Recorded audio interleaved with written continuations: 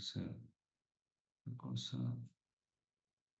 Voy a dejar de compartir acá un poquito el video, así tengo un poquito más de ancho de banda y no ocupo tanto lugar en la grabación. Bien, entonces, tema optoacopladores. Vamos a empezar describiendo qué es un optoacoplador. Como la palabra lo indica, eh, nos da un indicio de que es algo que se acopla ópticamente, o sea, en principio, dos partes de un circuito, parecería que hay un movimiento en algún lugar. En realidad es un dispositivo eh, que está formado por dos partes, ¿sí? Pero antes de entrar en eso, vamos a mencionar que también se pueden conocer con los nombres o denominar como optoaisladores, aisladores ópticos o fotoacopladores. Como les decía, en su estructura interna, este dispositivo tiene dos partes. Una parte que está formada por un diodo emisor de luz que está aislado ese diodo emisor de luz de otro dispositivo que en este caso se muestra que es un transistor bipolar de juntura, que tiene tres zonas ese transistor bipolar de juntura: un emisor, una base y un colector. No necesariamente tiene que ser un transistor bipolar de juntura, puede ser algún otro tipo de semiconductor que, que permita la circulación de corriente entre dos terminales, la salida. Bien, en este esquema, el diodo emisor de luz se encuentra en la parte superior, formado por una zona de silicio tipo P y una zona de silicio tipo N. Eso lo que va a hacer es generar emisión de fotones, pues se trata de un diodo de tipo LED, eh, y esa emisión de fotones va a atravesar una zona aislada, que en este caso se indica que es un vidrio, ¿sí? Y a través de dicho vidrio va a llegar a la base del transistor bipolar de juntura que se encuentra en la parte de abajo. O sea, es muy sencillito, tiene dos partes: una parte eh, formada por un diodo emisor de luz y otra parte por un semiconductor receptor de esos fotones generados por el diodo. El esquema o el símbolo de este dispositivo en particular es este que tenemos acá abajo, con su diodo emisor de luz y el transistor, en este caso tipo NPN, en la parte de abajo. Bueno, lo que podemos, ¿para qué sirve o para qué se usan los usos de los optoacopladores? Normalmente se los puede usar para aislamiento de tipo galvánico en circuitos de alta tensión. También se los puede usar para supresión de interferencias en circuitos de control con salida de alta potencia, para separación de tierras en líneas de transmisión de datos, ¿sí? O como sensores ópticos, como sensores de fines de carrera, en fin, todo aquel circuito que requiera algún tipo de aislación eléctrica entre una entrada y una salida. Bien, lo que tenemos acá es el aspecto físico que tiene este dispositivo semiconductor.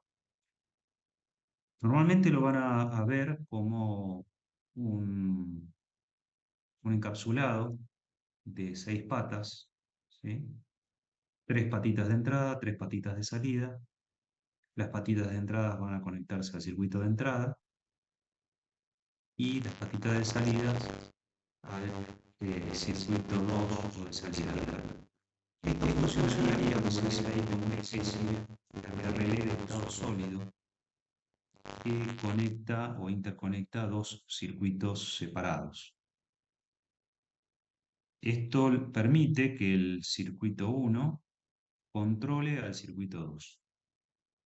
Y cualquier eh, interferencia o ruido que se produzca en el circuito 2 no afecta al circuito 1, o sea, debido justamente a que la transmisión de la información es unidireccional, solo del circuito 1 hacia el circuito 2. Luego a la derecha tenemos el símbolo con una representación eléctrica del dispositivo, un diodo emisor de luz entre los terminales 1 y 2. El terminal 3 no tiene conexión, ¿sí? No está representado en ese símbolo, a la derecha.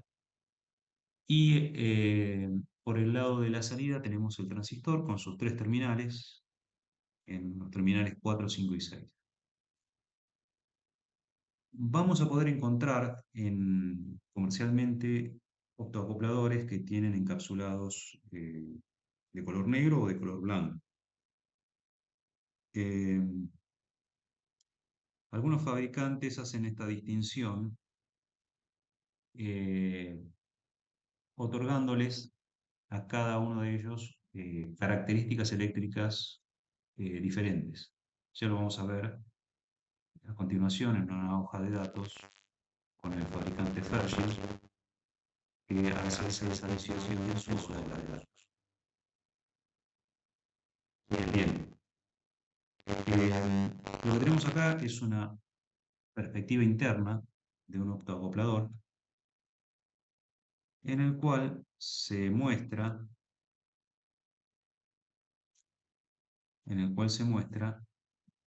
el, que está formado o tiene en su interior, a diferencia del esquema que vimos recientemente, en lugar de tener un vidrio, lo que se usa en realidad en su interior es o dos resinas, son dos resinas. Eh, una de esas resinas es la que va a albergar al dispositivo semiconductor receptor, eh, y la otra resina es la que va eh, a funcionar como, digamos, como una especie de aislador, ¿sí? Es la resina interna sería la que haría las veces del vidrio o reemplazaría el vidrio, ¿sí? Que sería el aislante entre el circuito de entrada y el circuito de salida. Pero sí se observa aquí que hay una resina que es para aislar, ¿sí? A través de la cual van a, van a atravesar los fotones, y una resina albergue, que es la que va a contener el dispositivo semiconductor receptor. Eh, una, digamos, lo que, lo que sucede en el dispositivo es que una señal luminosa es transmitida por un diodo emisor de luz hacia el transmisor fotorresistivo a través justamente de esa resina transmisora de luz interna. vuelvo a repetir, acá en realidad se usan resinas especiales, ¿no? Es raro que encontrar acopladores con vidrio. Eh, Puede que los haya, sí, pero no es lo más común, ¿sí? El esquema anterior era solo a los fines ilustrativos, ¿sí? O sea, que lo más común era que su interior era el compuesto de resinas. Entonces, el alto aislamiento del voltaje se obtiene gracias a justamente al gran área existente entre la resina externa y la resina interna, que no es modificada por los cambios de temperatura, porque justamente los coeficientes de expansión de ambas son iguales. Y además, la temperatura, digamos, si la temperatura aumenta, las resinas se expanden, obteniéndose como resultado una mayor área entre los dos elementos conductores. Eh, Como se pueden imaginar, yo recién mencioné solo al fototransistor, pero hay diferentes tipos de optoacopladores. Obviamente el fototransistor se compone de un optoacoplador con una etapa de salida que es un transistor bipolar de juntura, que es un transistor bipolar sensible a la luz. La radiación luminosa se hace incidir. Bueno, acá tienen los distintos tipos de optoacopladores. La radiación luminosa se hace incidir sobre la unión colector-base, en el caso del optotransistor, cuando éste opera digamos, en la región activa, ¿sí? En esa unión se generan los pares electrón huecos que proveen la corriente eléctrica. El funcionamiento del fototransistor en realidad se caracteriza por lo siguiente, ¿no? Es decir, un fototransistor opera generalmente sin un terminal de base, es decir, que la corriente de base es cero, aunque aquí en este eh, diagrama eléctrico aparece el conector de base, puede estar o no puede estar, ¿sí? Normalmente lo más común es que no esté, pero puede haber dispositivos que sí permitan acceso a la base, a una base adicional, ¿sí? Entonces, digamos, la sensibilidad de un fototransistor es superior también a la de un fotodiodo. ¿Por qué? Porque la pequeña corriente fotogenerada en el receptor es multiplicada por la ganancia del transistor, lo cual no ocurre en un fotodiodo. Entonces, las curvas de funcionamiento de un fototransistor eh, son curvas similares a la de un transistor bipolar de juntura digamos, en su característica de salida, eh, corriente-tensión, excepto que en lugar de tener como parámetro la corriente de base, lo que tendremos es la potencia luminosa por unidad de área. Ya veremos a continuación una curva de este tipo. Entonces, para describirlo así en forma general, un optoacoplador consiste en un diodo infrarrojo emisor de luz. Normalmente el diodo emisor de luz es de un semiconductor que se denomina arseniuro de galio, el cual em, conforma la etapa de entrada, ¿sí? Y tiene una parte de salida conformada o formada por el fototransistor, que como muestra el primer diagrama, como el primer dispositivo, eso es un fototransistor de tipo NPN de tipo silicio, como etapa de salida. ¿Mm? El medio de acople entre la entrada y salida,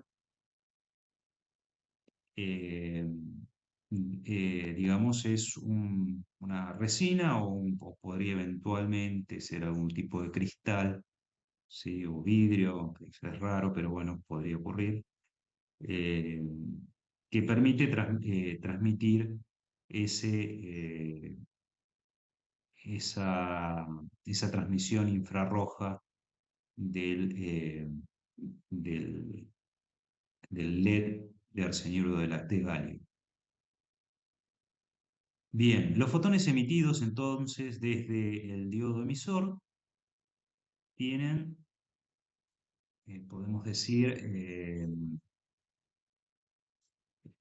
ciertas longitudes de onda permitidas, ¿sí? El transmisor sensor va a responder más eficientemente a fotones o a los fotones que estén en la misma longitud en la cual está transmitiendo el transmisor. Esto quiere decir que transmisor y receptor deben estar acoplados en el espectro para lograr un funcionamiento óptimo del optoacoplador. Se puede utilizar una fuente de corriente también entre el colector y la base que representa eh,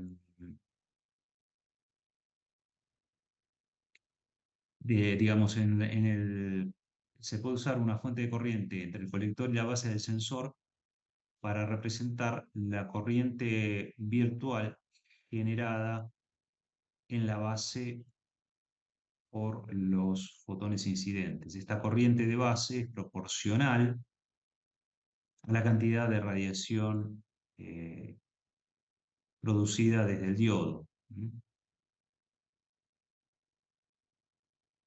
Eh, bien, hay algunas características eléctricas que ya las vamos a ver que están en las hojas de datos, que representan o que caracterizan a este dispositivo.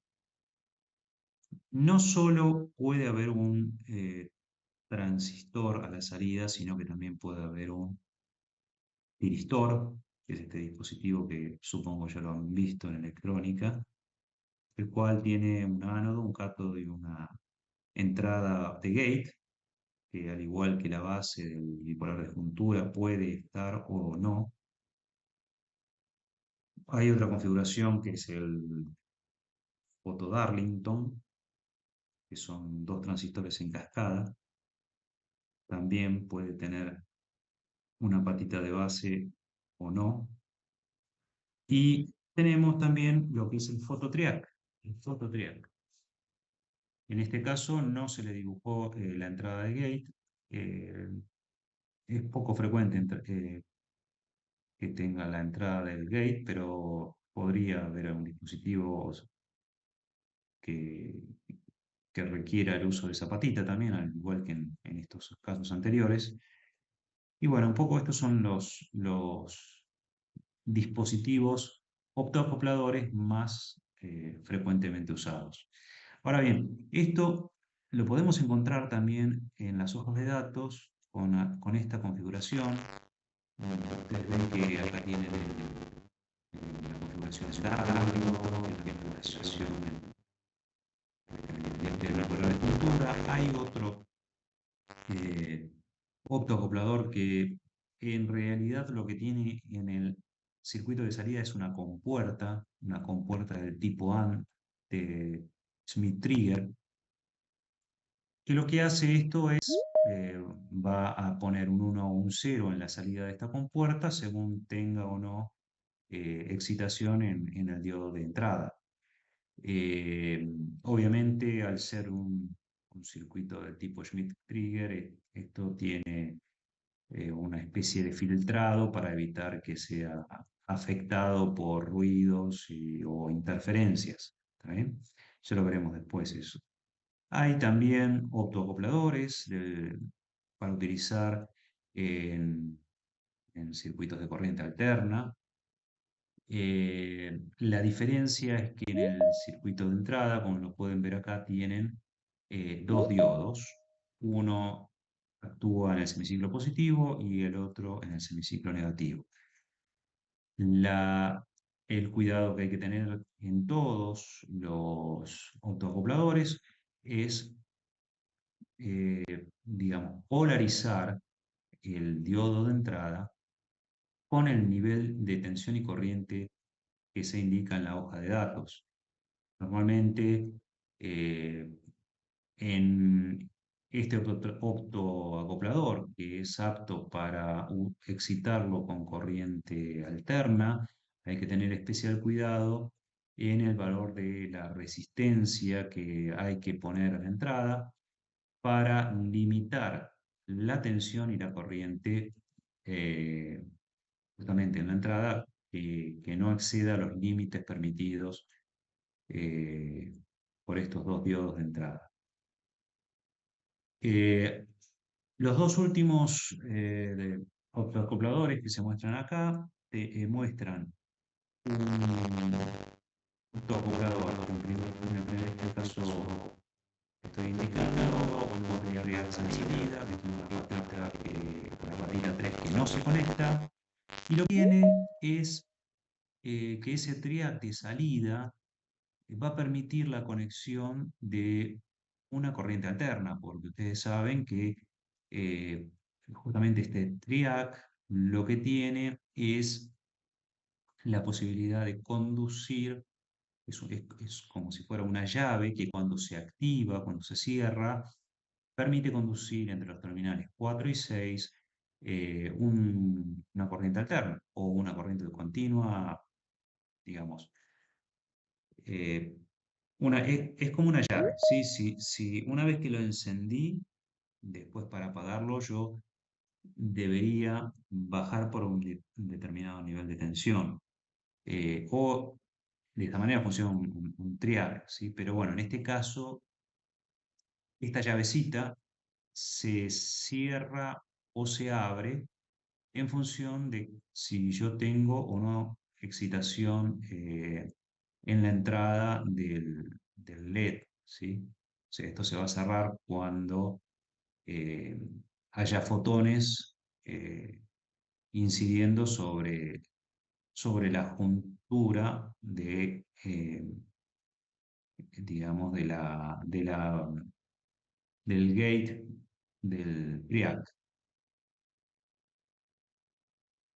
El último optoacoplador que tenemos acá abajo también es un triac, pero fíjense que internamente tiene una conexión de gate que va a un circuito, una cajita que se denomina de cruce por cero.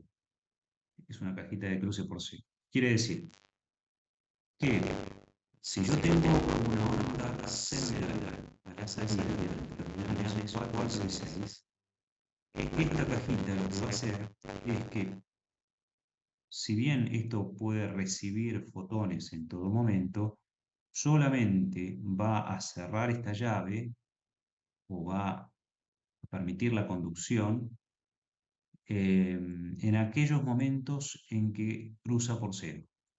¿Mm?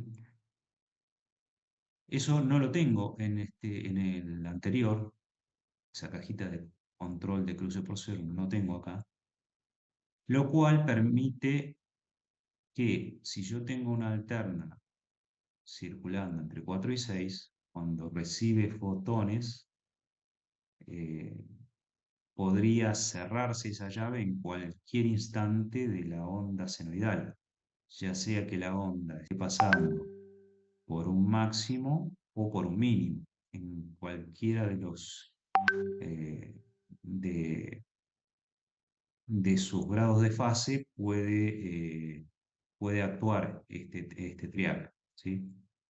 Por eso es el que mencionan acá que este caso es apto para realizar control por fase, pero no es apto el de control de cruce por cero. O sea, control de cruce por cero no me permite realizar control por fase, porque solamente me va a permitir controlar por ciclos completos. Bien, otros circuitos equivalentes que se pueden mostrar y mencionar, por ejemplo, este fabricante, lo que muestra muy acertadamente es que el circuito del optoacoplador no solo tiene el LED de entrada, el semiconductor de salida, que puede ser un fototransistor o cualquier otro dispositivo, sino que también tiene asociadas capacidades, tiene capacitancias en la entrada y en la salida. Y esas capacitancias son importantes a la hora de determinar la velocidad de conmutación del dispositivo, ya que, por ejemplo, para el encendido del LED, eh, el tiempo de encendido también va a estar determinado por el valor de esta capacidad. Es decir, para que se pueda encender y alcanzar un valor de corriente adecuado a través del LED, eh, va a tener que cargarse esta capacidad primero, ¿sí? Lo mismo ocurre acá.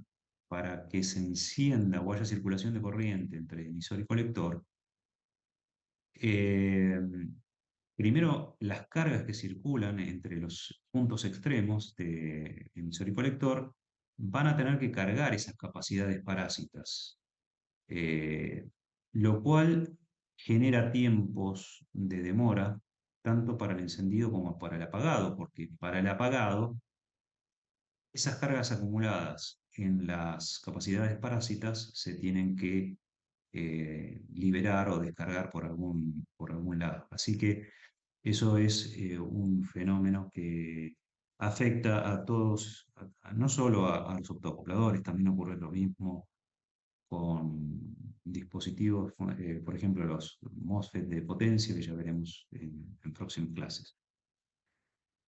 Este fabricante lo que muestra en su hoja de datos también es que existe una relación entre la corriente de excitación de entrada del LED, que se llama corriente de forward, input diode forward current, y la corriente entre colector base, la corriente, acá la menciona como fototransistor collector current de 1 mA. Bueno, la relación entre esas dos tiene esta forma. Obviamente es distinta la curva para cada tipo de dispositivo. Para el 101, el TIL 101, es distinta que para el TIL 103, que tenemos aquí abajo. La del TIL 120 es distinta que la del TIL 121. Pero es importante tener en cuenta estas relaciones porque ya lo veremos a continuación. La relación entre esta IF y la corriente de salida tiene un nombre que se denomina CTR, que es Current Transfer Ratio. ¿Sí? Ahora lo veremos a continuación. Bueno, esta es la curva característica de salida, como les mencioné anteriormente. Es muy parecida a la característica de salida corriente-tensión de un transistor bipolar de juntura, donde la corriente sería la corriente de colector y la tensión sería la tensión colector-emisor. La diferencia es que en lugar de estar representadas las curvas para distintas corrientes de base, aquí lo que se hace es representar las curvas para distintos valores de potencia. Fíjense que está expresado en watts por centímetro cuadrado, es decir, es la iluminación que recibe la base, ¿sí? La base del transistor bipolar, de la intersecación del automodulador. Bien, esta es la hoja de datos del fabricante Fairchild. Este fabricante muestra en su hoja de datos la serie 4N25, 425, 26, 27, etcétera, y la 4N35 hasta 37, así como la H11 alfa 1 hasta alfa 5. El- Cuando ustedes van a comprarlo, puede venir de color blanco o de color negro. Ahí lo tienen expresado en la hoja de datos. Si es de color blanco, en la hoja de datos, fíjense que se indica con un sufijo "-m". Y si es de color negro, va a venir un sufijo que dice "no-m". Eso es importante tenerlo en cuenta cuando uno va a leer la hoja de datos, porque aquí se dan los, eh, los rangos absolutos máximos, por ejemplo, para una temperatura de 25 grados, pero digamos son para fototransistores de propósito general de 6 pines. Eh, pero fíjense que si vamos analizando ítem por ítem, lo que tenemos es, nos detalla la temperatura de almacenamiento, la temperatura de operación en grados centígrados, la temperatura máxima que puede soportar para una soldadura de tipo de baño de soldadura, de wave solder, ¿sí? Que ronda los 260 grados centígrados durante un lapso de 10 segundos. Si se exceden estos límites, lo que ocurre es que se daña el dispositivo en forma irreversible, así que es recomendable tenerlos bien presentes, ¿sí?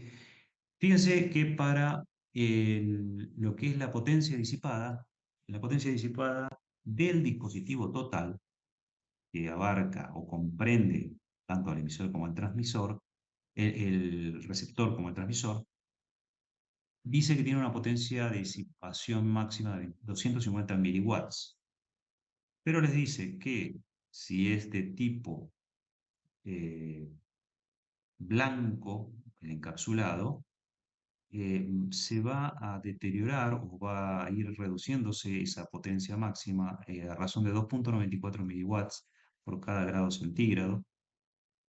En realidad, acá falta, esto es por grado centígrado, ¿no? Fíjense que aquí en las potencias que figuran para el emisor y para el detector está bien detallado por grado centígrado. Acá se omitió la barrita barra grado centígrado. Es decir, a medida que por cada grado centígrado, dependiendo de la temperatura, si encima de 25 grados, se va a reducir en 2,94 miliwatts la potencia disipada máxima que puede soportar.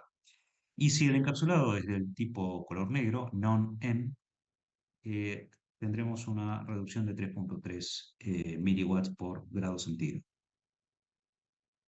En la parte del emisor, como características que hay que tener en cuenta, tenemos la corriente de forward, que polariza el diodo emisor de luz. Fíjense que tiene distintos valores de excitación, si es de color negro o si es de color blanco. En un caso son 100 miliamperes, en el otro es de 60 miliamperes. Tenemos el potencial de tensión de entrada inverso de 6 volts, el forward current peak, eh, corriente de forward pico en 3 amperes, la potencia de disipación del emisor, no del total del dispositivo, sino solo del emisor, de 150 o 120 si es encapsulado blanco o negro miliwatts.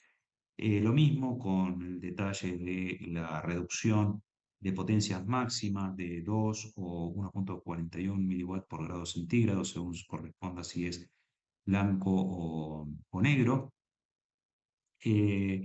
Y para el detector lo que tenemos es la descripción de los potenciales de tensión colector-emisor con la base abierta, tensión colector-base con el emisor abierto o tensión emisor-colector con la base abierta, respectivamente siendo 30, 70 y 7 volts.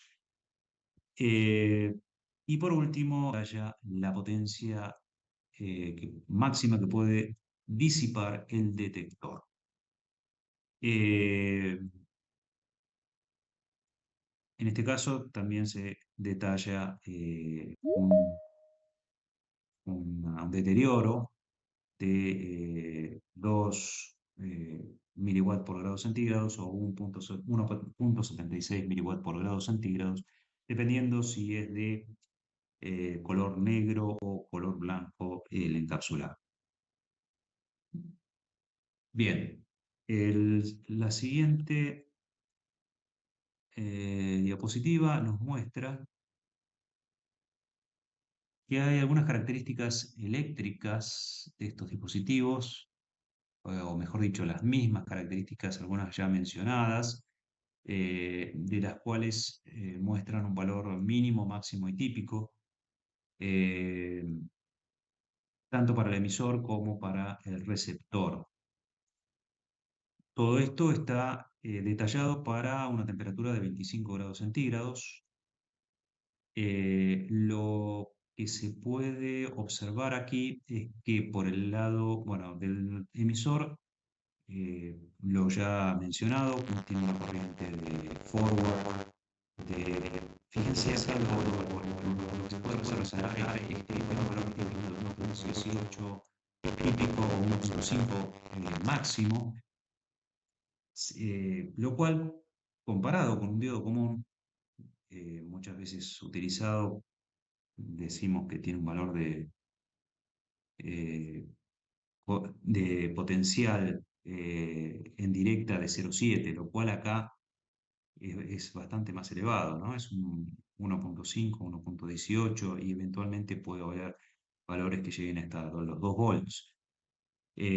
Con lo cual, ojo con eso, no, el potencial del diodo LED emisor de luz no es de 0,7 volts. Hay que referirse a la hoja de datos de cada fabricante. Respecto a la corriente de pérdida inversa, es pequeña, del orden de los 0,01 microamperes, pero podría llegar a tener un valor máximo de hasta 10 microamperes de pérdida del LED de entrada.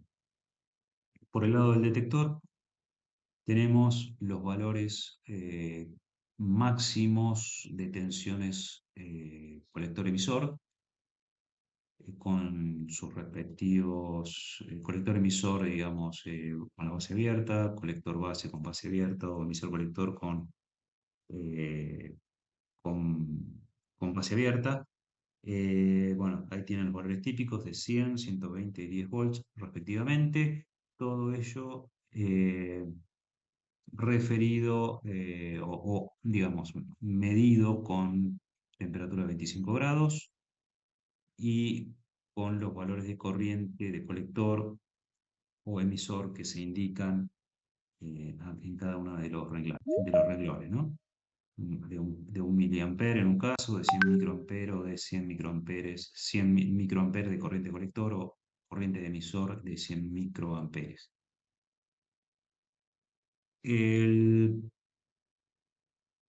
Lo que se puede ver también acá es que se detalla lo que es la corriente de oscuridad. La corriente de oscuridad, colector emisor con base abierta o colector base con emisor abierto. En este caso, nos está indicando que se tiene acceso a la base en forma eléctrica, ¿sí? Si no, no nos estaría dando estos parámetros, ¿sí? Me está diciendo, o base abierta o emisora abierta. ¿Sí? Entonces, colector base, acá tengo acceso a la base. En este caso, la corriente de oscuridad entre el colector y la base es de 20 nanoamperes o 50 nanoamperes en caso de colector emisor con eh, colector emisor con base abierta. También tenemos que observar acá la presencia de lo que es la capacitancia colector-emisor, que es la capacitancia distribuida que se asigna a la salida del dispositivo, ¿sí? Que está en el orden de los 8 picofarados, que son esas capacitancias que les mostré en la filmina anterior. Ojo que esto también está medido a una frecuencia de 1 MHz, ¿no? Siempre hay que prestar atención en qué condiciones se midieron estos parámetros. Lo que viene a continuación es algo realmente hay que prestar atención, que es las características de aislación, la característica de aislación del optoacoplador.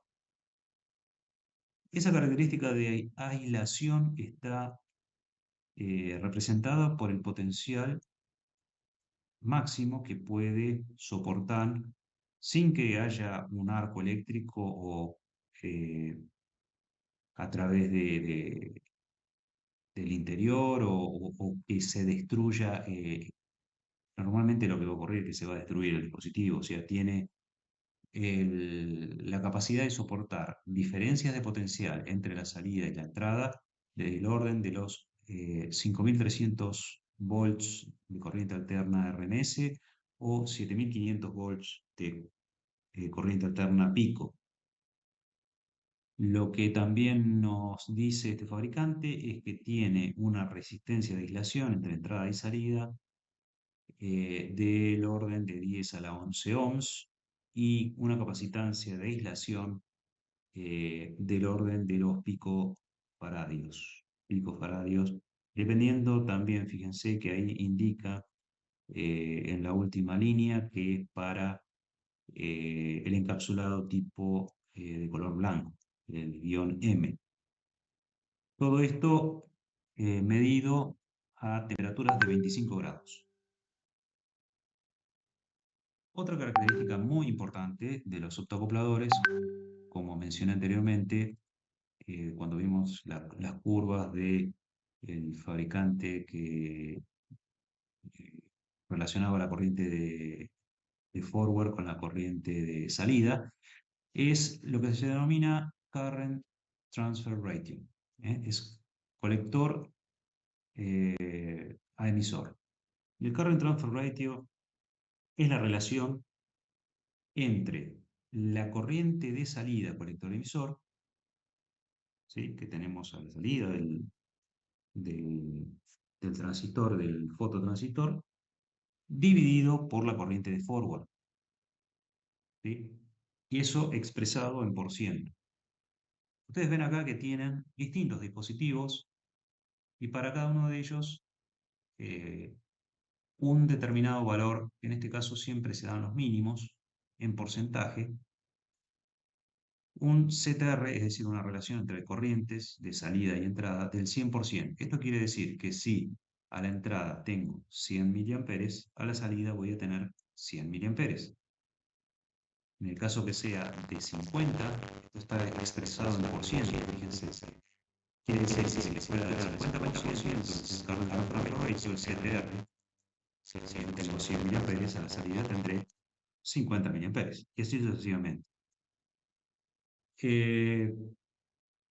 Esto es importante porque es un parámetro muy parecido a lo que era el HFE en los transistores bipolares. Resumiendo, es muy parecido a eso. Bien, esta característica del CTR tiene digamos, el CTR tiene un comportamiento con la temperatura que es el que se muestra en estas curvas. Fíjense que el CTR no es constante para todas las temperaturas, ni tampoco para todas las corrientes de forward. Acá tenemos a la izquierda el comportamiento para un empaquetado de color negro y a la derecha para un encapsulado de color blanco. El problema es que eh, la, mm, justamente el CTR es muy afectada por las características de eficiencia en la transmisión del LED entre el transmisor y el receptor. Y además depende mucho del HF del fototransistor. Pero he aquí que la eficiencia de la transmisión de la luz tiene un coeficiente negativo respecto a la temperatura y el HF tiene un coeficiente positivo. Y la combinación de estos dos fenómenos da como resultado estas curvas que estamos observando.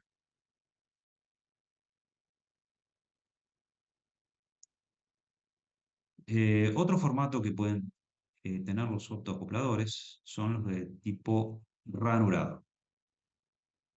Eh, Normalmente estos optoacopladores se usan como detectores de presencia o de acoplamiento mecánico, ¿sí? Esto se usa en encoders, en impresoras, sensores de fin de carrera. También se los denomina optoacopladores de ruptura o de bloqueo, ¿eh? El concepto en su funcionamiento es el mismo que se mencionó anteriormente. Voy a tener un LED emisor de luz y un semiconductor receptor. En la medida en que no haya ningún objeto que interrumpa esa emisión de fotones desde el transmisor al receptor, el dispositivo estará brindando a la salida una corriente que será proporcional a la corriente que circula en el circuito de entrada. Fíjense una característica que no la mencioné antes, es que la circulación en el circuito de entrada es solo en un sentido, ¿sí? En el sentido de circulación que permite el LED, la polarización del LED. Asimismo, eh, digamos, la transmisión, ¿sí? Es unidireccional, desde el circuito de entrada hacia el circuito de salida. No puede ser desde el circuito de salida hacia el circuito de entrada. Esa es otra característica que es de sentido unidireccional. Eh, Bien, ya aquí tenemos, eh, a ver, veamos. Entonces, mm, mencioné que las, eh, las características de los optoacopladores, una de ellas es el aislamiento de ruido, ¿sí? El ruido eléctrico de señales digitales recibidas en la entrada del optoacoplador es aislado desde la salida por el acople medio, ¿sí? Desde el diodo de entrada, el ruido de modo común no llega al receptor, ¿eh? Eh, la otra característica es la ganancia de corriente. La ganancia de corriente del optoacoplador, es en gran medida determinada o queda determinada por la eficiencia de los sensores NPN, si es un transistor, y por el tipo de transmisión, de transmisión usado, ¿sí? Por ejemplo, eh, el, el transistor que vimos anteriormente en la hoja de datos, que era el TIL 103, tiene, vamos a ir un poquito para atrás, a ver si Si los muestro, en ese dispositivo tiene una ganancia de corriente que es mayor que 1, o logra una ganancia de corriente mayor que 1, el cual eh, en algunos casos elimina la necesidad de amplificadores de corriente en la salida. ¿Sí? Fíjense, eso tienen que verlo por la relación eh, entre la corriente de salida y la corriente de entrada. ¿Eh? Otra característica es que el tamaño, ¿sí? Las dimensiones de estos dispositivos permiten ser usados en lugares bastante reducidos, ¿sí? O sea, dentro de todo, eh, eh, los empaquetados de los optoacopladores son bastante pequeños, ¿sí? Son del orden de lo, es como un circuito integrado común de 6 patitas e incluso pueden venir de tipo montaje superficial. Eh, Otras características, bueno, además de las ya mencionadas, vuelvo a reiterar la importancia de la transferencia de corriente o current transfer ratio, eh, la,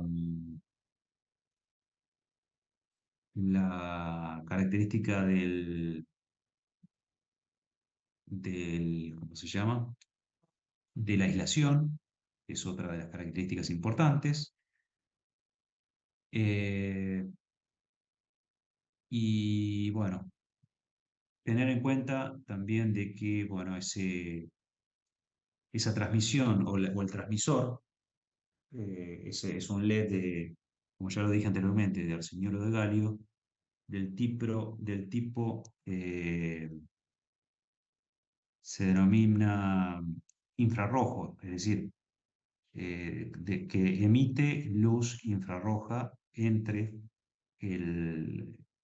entre el transmisor y el receptor.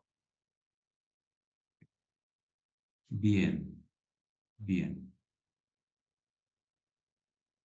Eh, Yendo ya ahora a las características, ya lo vimos, a la hoja de datos, de uso, ¿para qué se los usa? Fíjense que acá tenemos un optotriac, un optotriac que posee un circuito de entrada que está conectado a un potencial de 5 volts. Hay un microcontrolador, un capacitor 1, más una resistencia de R3. O sea, evidentemente esto que tenemos del lado izquierdo es de baja potencia. Y es el circuito de control de lo que tenemos a la derecha, en el circuito de la derecha. A la derecha vamos a tener una línea, en este caso dice 60 Hz, ¿sí? Pero podríamos acá tener 220 volts, 50 Hz, 110 Hz, y la carga por la cual circula esa corriente, controlado por un triac, y este triac es un triac de potencia. Lo que hace el optoacoplador es, a través de una resistencia, justamente controlar el gate, este triac de potencia, para decirle, bueno, el momento o indicarle el momento en el cual se tiene que cerrar. ¿Sí?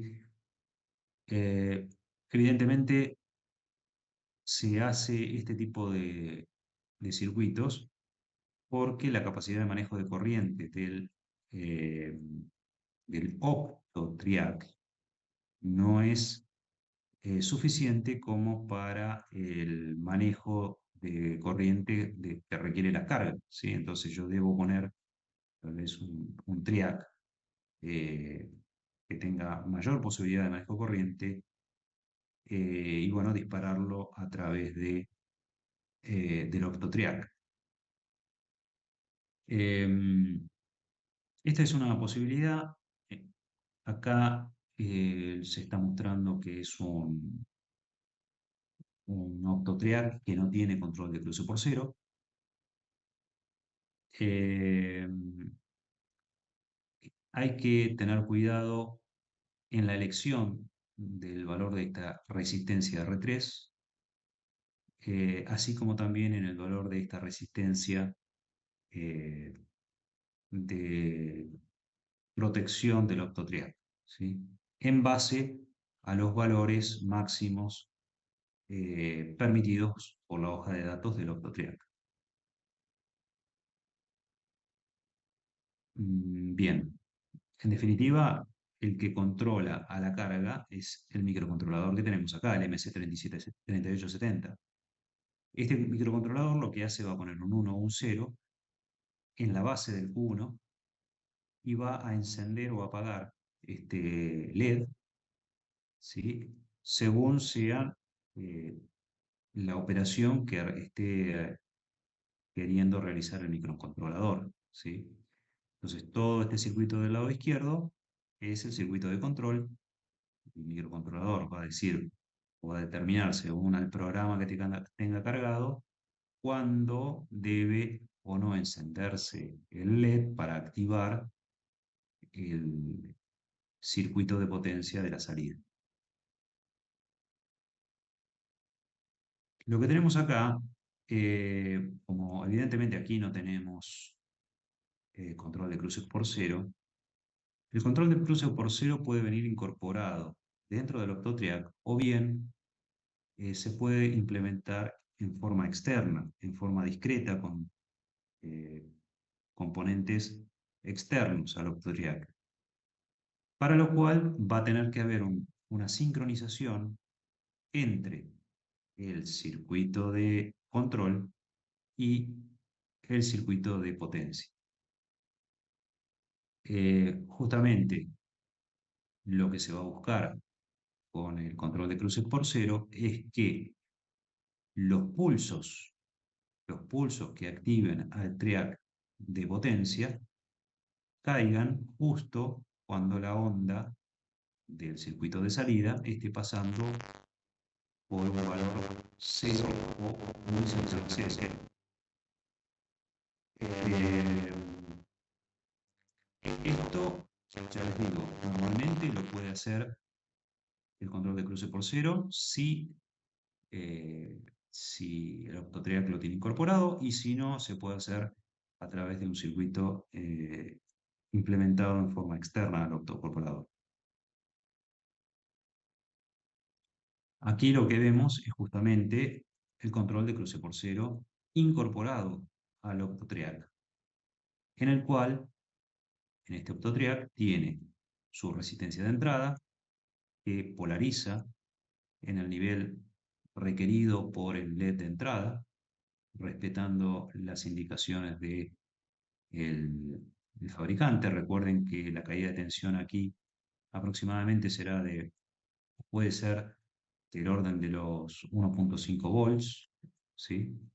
Más que los 0,7 de un diodo normal.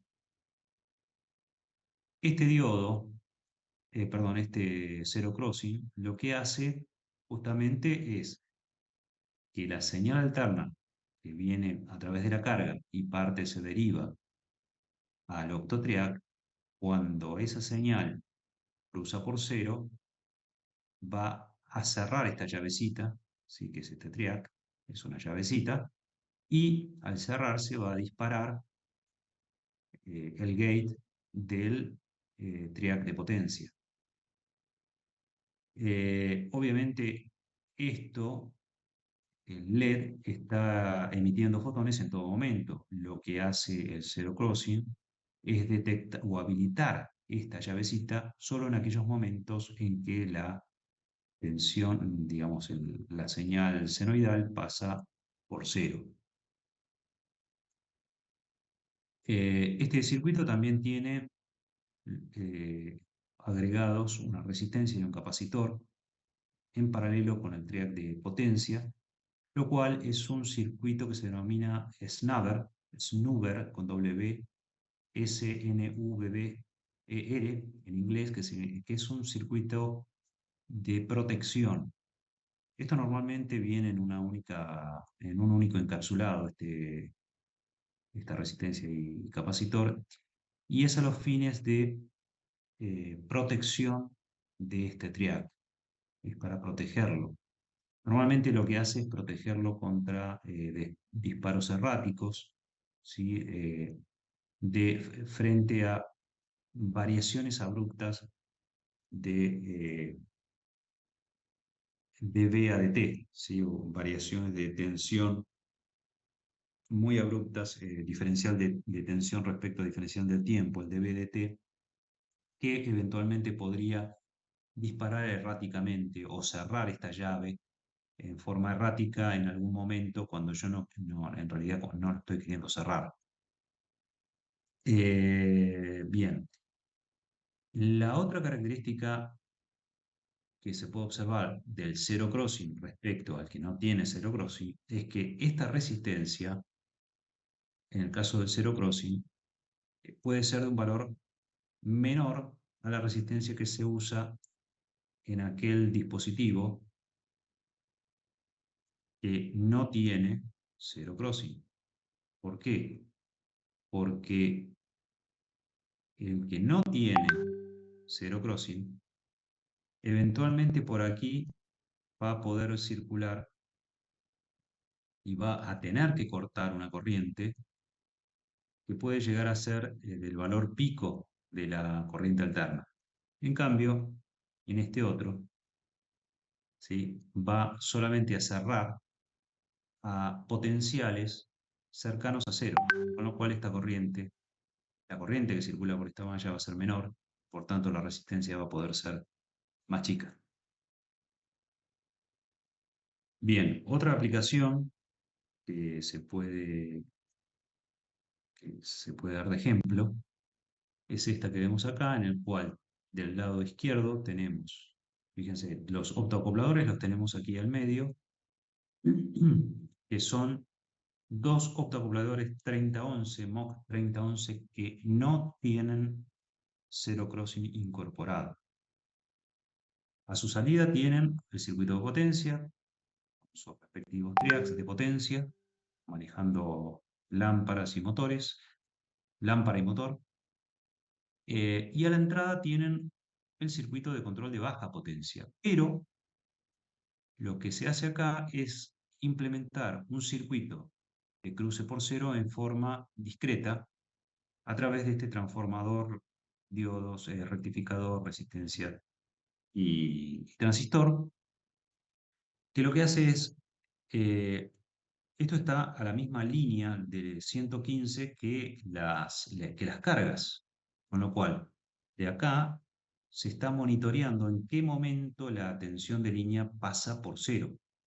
Cuando la tensión de línea pasa por cero, le dice a este transistor, che, ojo que estamos pasando por cero, avisarle a las compuertas que estamos llegando a esa condición. Entonces, en ese momento se habilita la entrada y en ese momento lo que está mandando el microcontrolador o la computadora de datos a través de su base de datos, base de direcciones, es transferido a la entrada de los optoacopladores.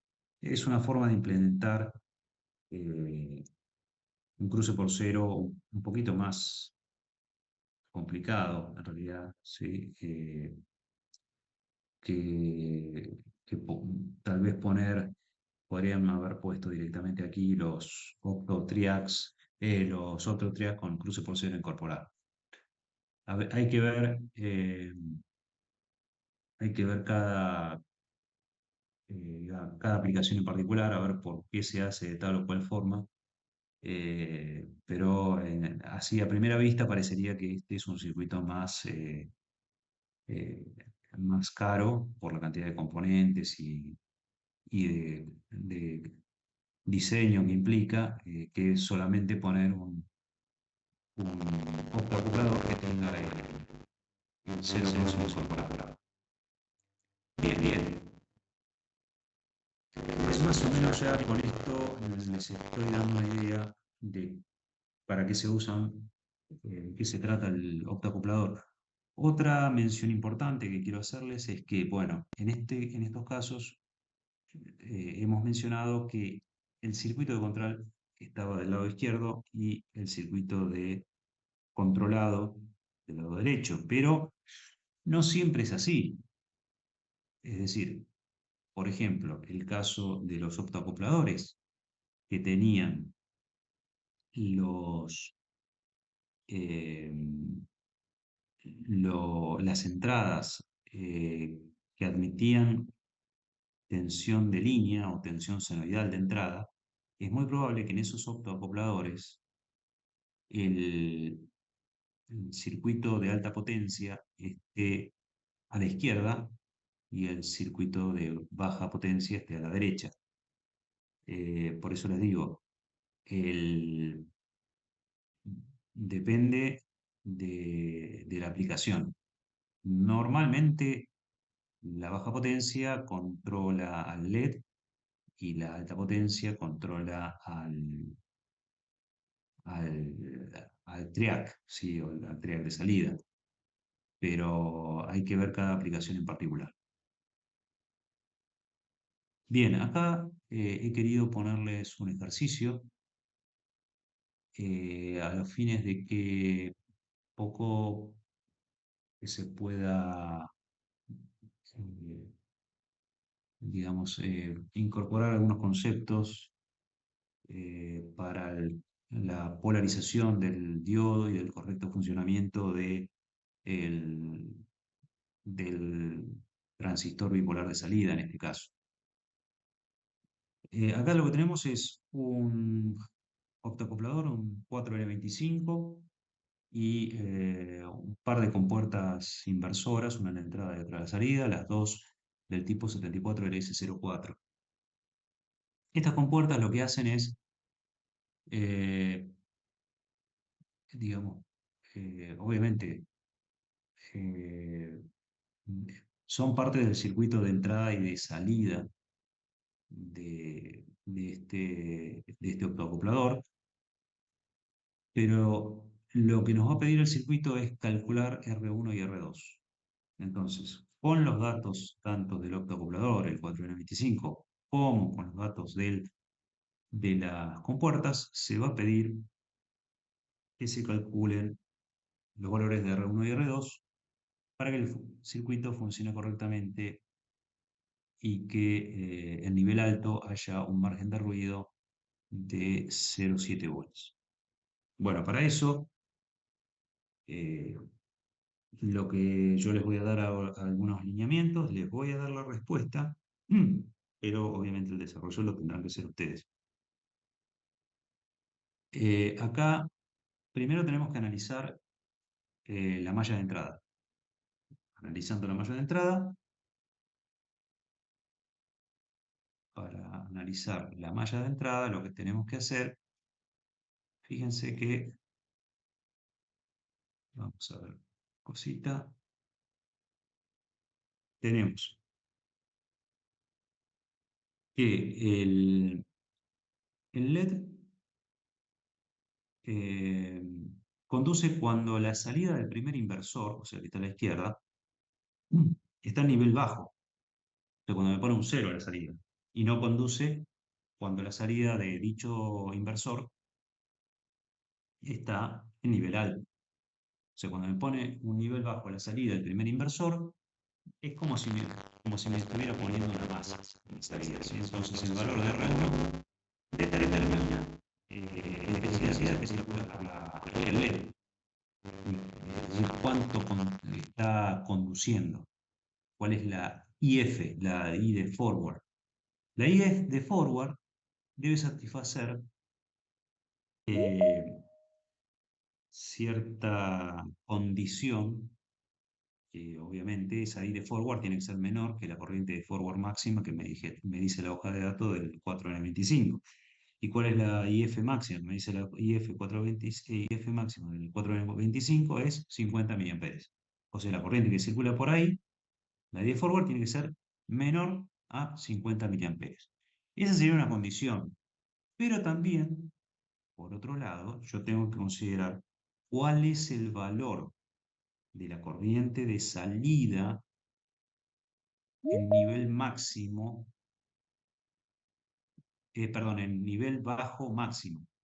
Corriente de salida de nivel bajo, o sea, cuando a la salida en la compuerta me pone un cero, ¿cuál es la máxima corriente requerida para esa condición?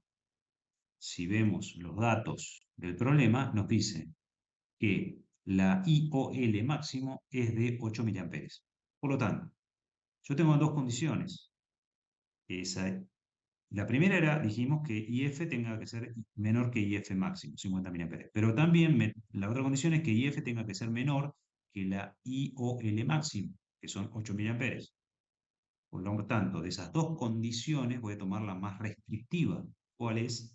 Que la IF sea menor que 8 miliamperes. ¿Está bien? Espero que me hayan podido seguir, si no, rebobinen y lo van a poder entender. Entonces, con esa condición en mente, lo que tenemos que hacer es recorrer la malla de entrada y de ahí lo que se va a poder obtener, o sea, van a tener que IF por R1 va a ser igual a BCC o BCC1 menos BF menos BOL, ¿sí? Y bueno, ahí tendrán que poner que la R1, reemplazando con estas condiciones y qué sé yo, sea mayor que la BCC máximo menos la BF mínimo menos la BOL mínimo dividido la BIOL máximo. ¿Sí? Listo, de ahí calculan que la R1 va a ser mayor o tendrá que ser mayor a determinado valor. Y ahí se calcula la R1. Por otro lado, para calcular R2, lo que tenemos que realizar es el circuito o la malla de salida. Y ahí vamos a tener dos condiciones, o cuando el transistor está saturado o cuando el transistor, el fototransistor esté cortado, en condición de corte. Eh, si el transistor está saturado, la salida del optocoplador envía un nivel bajo a la entrada de la compuerta 2, de la compuerta que está a la derecha. ¿Por qué? Porque si está saturado es como si fuera un circuito, un cortocircuito a masa. Debería serlo, en principio. Entonces, la condición sería que yo tengo un BCE de saturación máximo, que en realidad eh, ese BCE de saturación máximo va a tener que ser menor que la tensión de entrada en nivel bajo máximo. ¿Eh? Pero por otro lado, lo que yo debo asegurar es que el transistor esté saturado, para lo cual la condición va a ser que la corriente de salida de colector sea menor que el CTR por el IF. El CTR es dato, el IF tendremos que ver qué IF usar. Es decir, a medida que R2 disminuye, la corriente IC aumenta y el peligro es de que el fototransistor pueda llegar a salir de la saturación. Por lo tanto, existe una R2 mínima que cumpla esa condición. Por lo tanto, la condición que debe cumplirse para que el fototransistor esté saturado es que la corriente IC máxima sea menor que el CTR por la IF y de forward mínima. Entonces, esa sería la condición que debe cumplirse. La corriente IC dijimos que depende directamente de la R2. Entonces, de ahí pueden calcular, eh,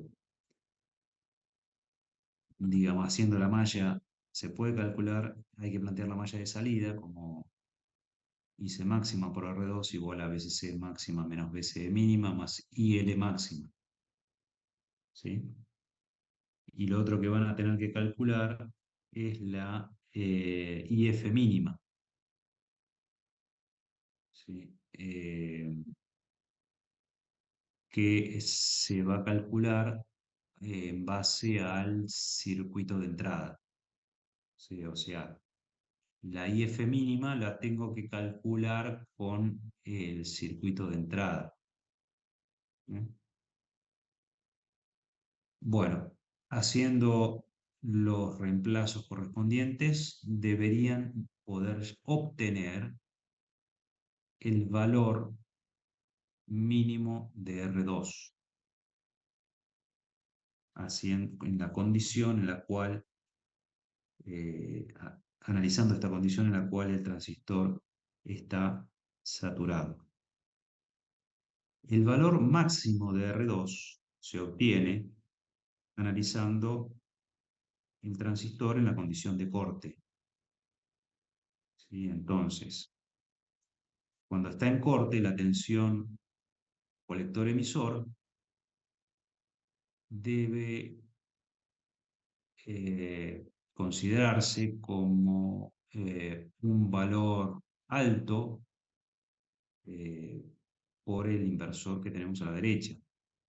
Y además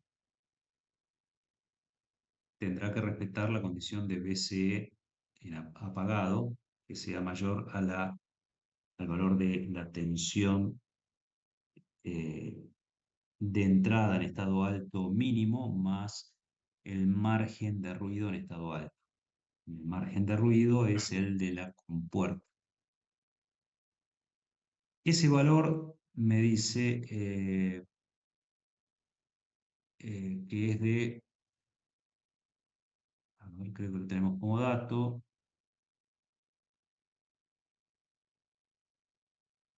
debería ser,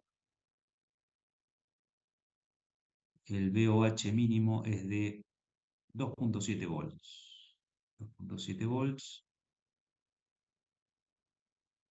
2,7 volts. Bueno, entonces, con la condición de transistor de salida en estado de corte, ¿sí? Vamos a poder obtener haciendo la malla de salida, VCC mínimo menos R2 por y corriente colector emisor máxima más la corriente en estado alto máxima mayor a los 2,7 volts. De ahí, despejando, van a poder obtener el valor de la resistencia 2 máximo.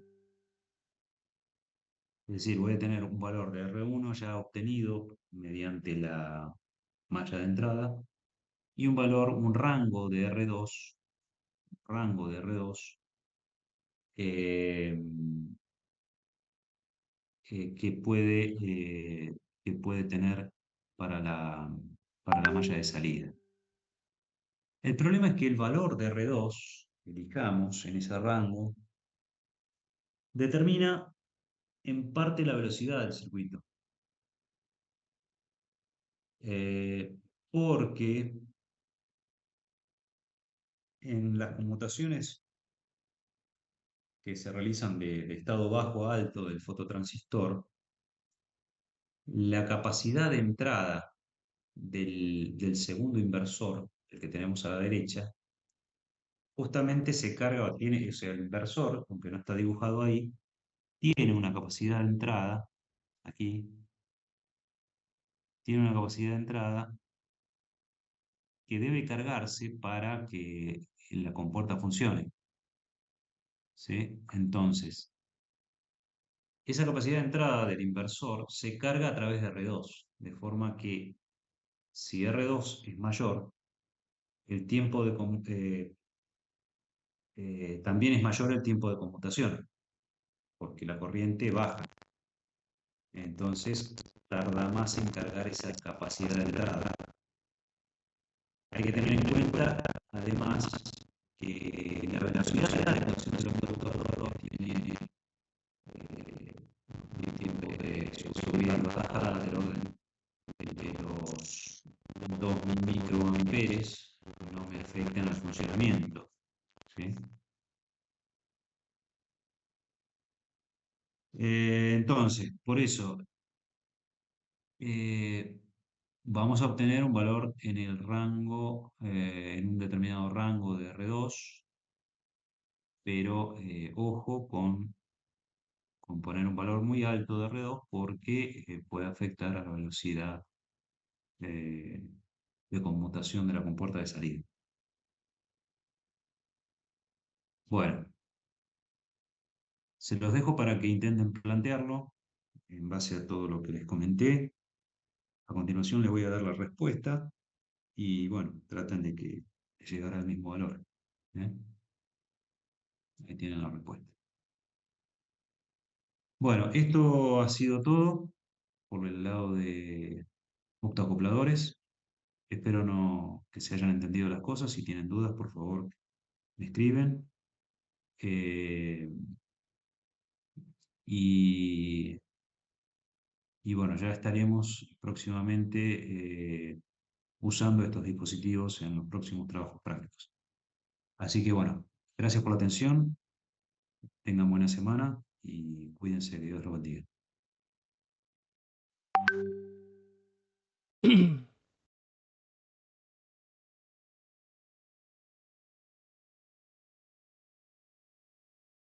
Vamos a pasar a asistencia. Presente.